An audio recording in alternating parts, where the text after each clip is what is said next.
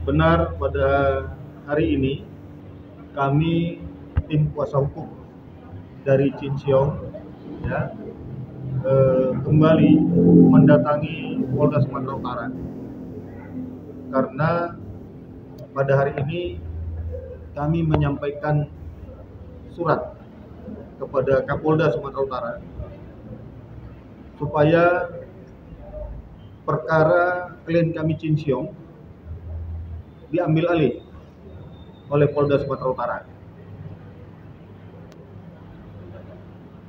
Ya, kenapa harus diambil alih oleh Polda Sumatera Utara, Bang?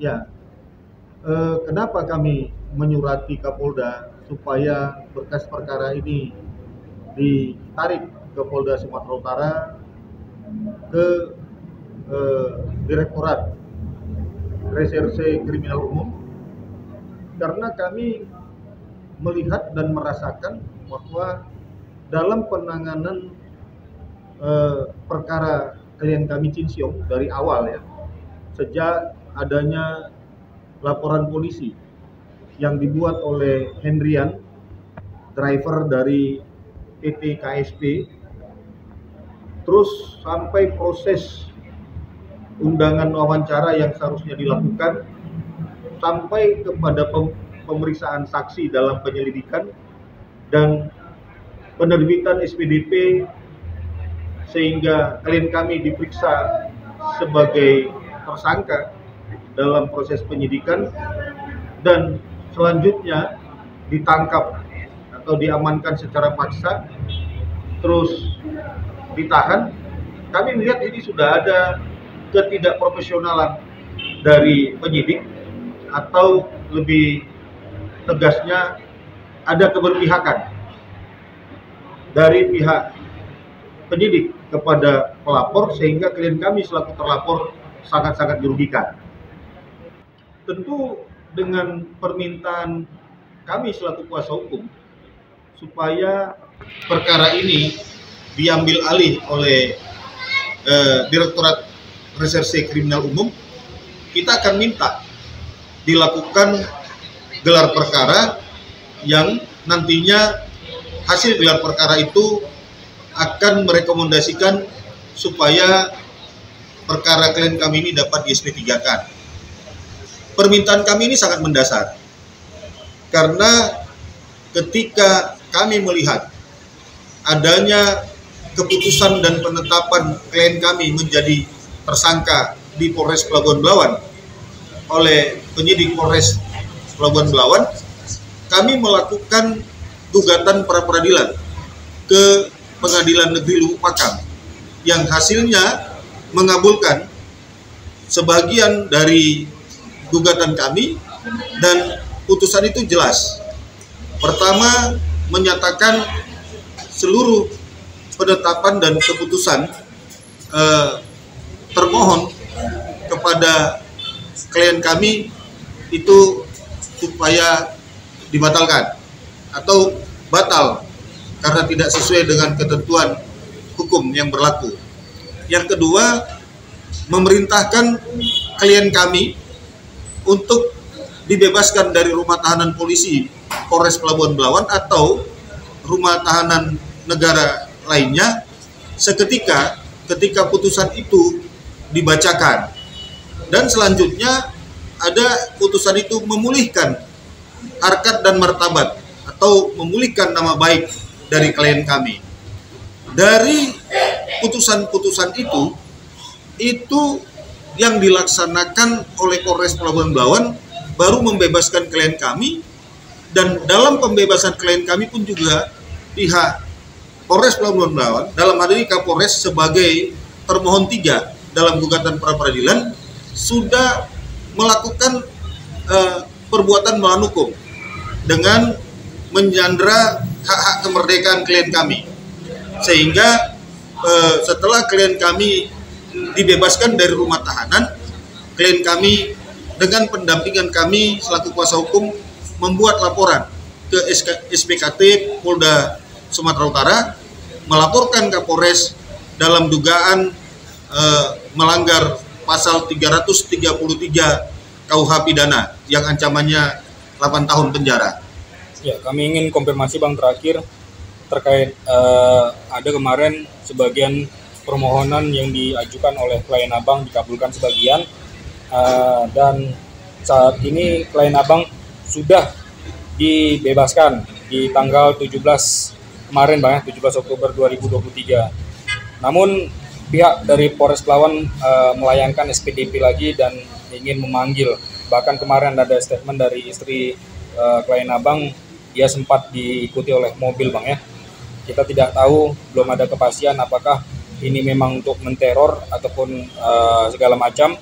Namun yang ingin kami tanyakan, apakah proses yang dilakukan oleh pihak kepolisian ataupun Polres Pelawan ini wajar dilakukan? Karena ada pernyataan dari pihak kepolisian juga Bang, sudah nyaring di kalangan wartawan yang menyampaikan Prapit bukan berarti menghentikan penyidikan dari sebuah kasus. Tanggapan Abang?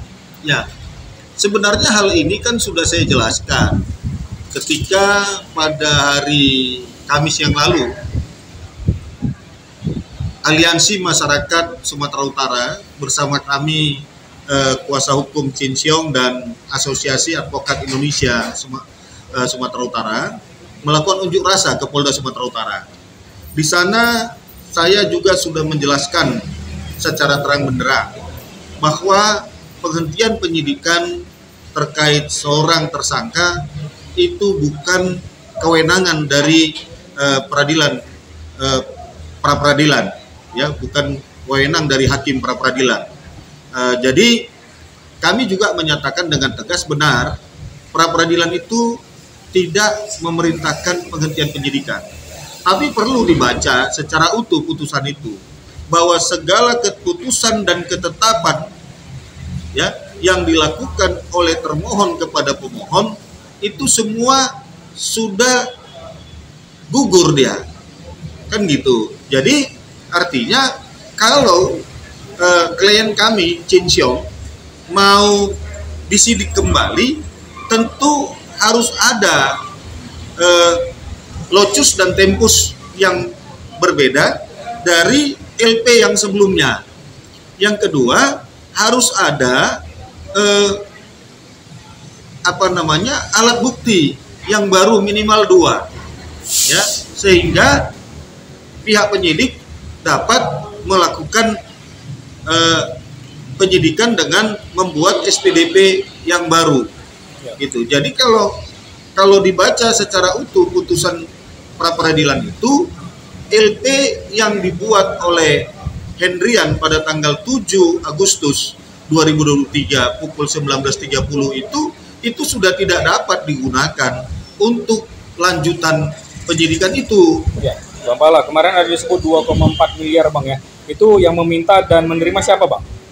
Oh, kemarin kan saya bilang nanti saya akan ungkap itu. Tapi yang pasti yang meminta itu bukan dari oknum Polres Pelabuhan Belawan, tapi ada orang-orang yang memanfaatkan situasi itu kepada orang-orang juga yang dipanggil oleh penyidik Polres Pelabuhan Belawan.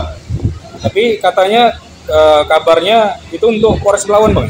Kalau masalah untuk siapa, waktu pertemuan saya dengan si pemberi itu tidak ada diungkapkan. Tapi siapa yang memberi dan kenapa itu diberi dan di mana uang itu diletakkan, itu dengan tegas jelas disampaikan oleh pemberi itu kepada saya. Waktu kami ada pertemuan di salah satu tempat di Kompleks Cemara Asri. Ada inisial Bang yang menerima?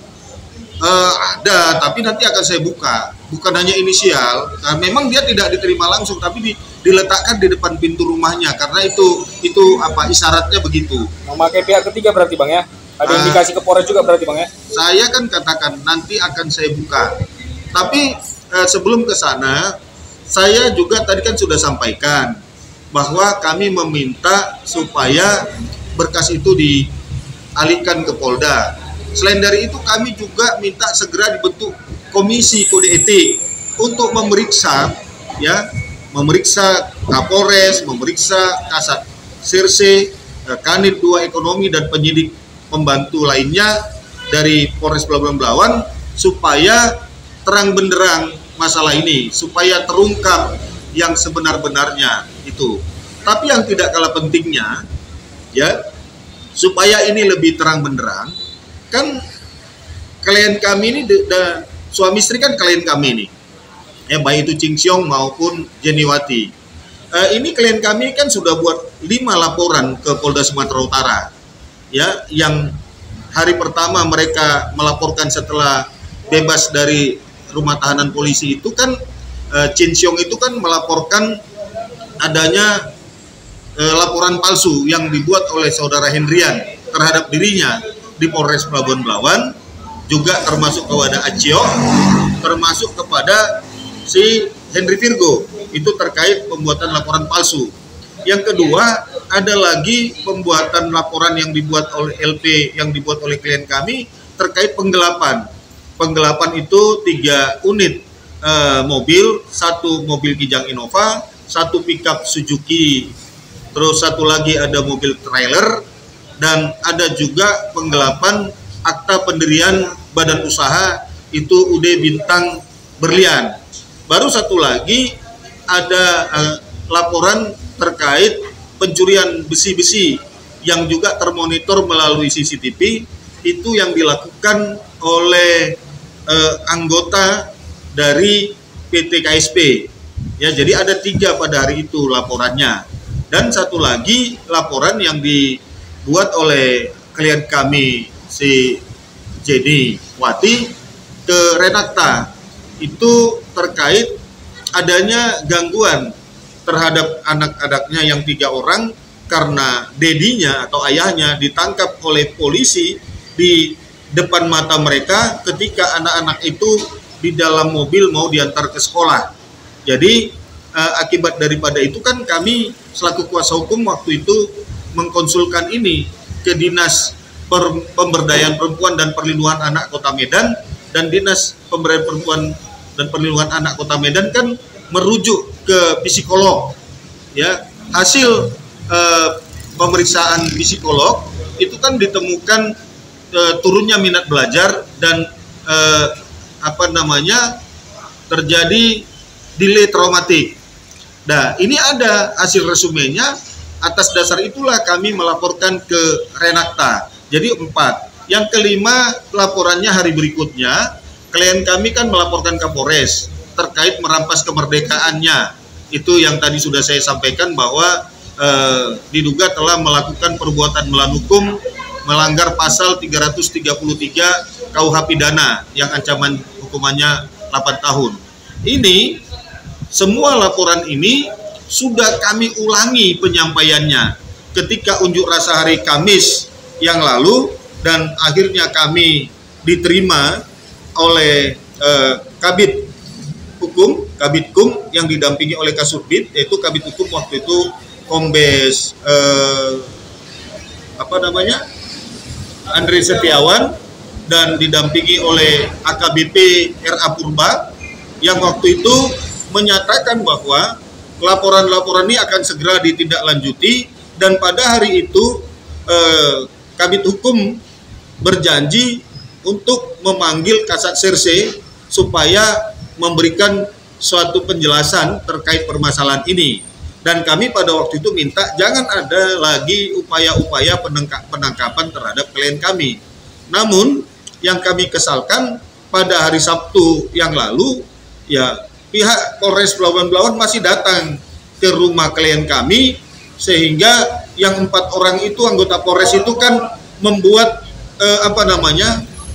membuat rasa takut di rumah itu, karena di rumah itu kan anak dan istrinya ada di situ. Kalau klien kami kan dengan secara terbuka kami beritahukan bahwa kami kuasa hukum tidak menghalangi penyidikan, tapi kami juga menjaga keamanan dari klien kami supaya jangan nanti ada penangkapan secara paksa yang mengakibatkan anak-anaknya itu tidak lagi delay traumatik tapi menjadi traumatik berat. Jadi kami memikirkan masa depan anak itu, ya. Jadi tadi kan saya katakan, kami minta kepada Polda Sumatera Utara segera menindaklanjuti laporan klien kami terkait laporan palsu supaya terang benderang terbukti itu laporan palsu sehingga semuanya gugur. Maka kami juga akan minta kepada Polda Sumatera Utara ketika ini sudah ditangani segera melakukan olah TKP, cek TKP supaya terang benderang di sana. Ya, karena di dalam hukum pidana TKP ini ya, ini sangat menentukan benar adanya tindakan perbuatan melawan hukum. Ya, ini harus jelas sehingga ketika nanti pihak Polda Sumatera Utara mau cek TKP, kami kuasa hukum harus dilibatkan mendampingi ke sana. Jadi jelas dia bahwa memang selama ini klien kami itu telah dikriminalisasi gitu. Tapi yang tidak kalah pentingnya juga, sampai hari ini laporan kami terhadap Kapolres, laporan saya karena adanya pelecehan terkait profesi advokat, ya, belum dilaksanakan dengan baik oleh Paminal karena hanya melalui telepon menunda-nunda pengambilan keterangan dari saya selaku pelapor dengan alasan banyaknya saat ini dumas yang ditangani dari Polres-Polres di luar kota Medan ini yang begitu jauh ke daerah itu.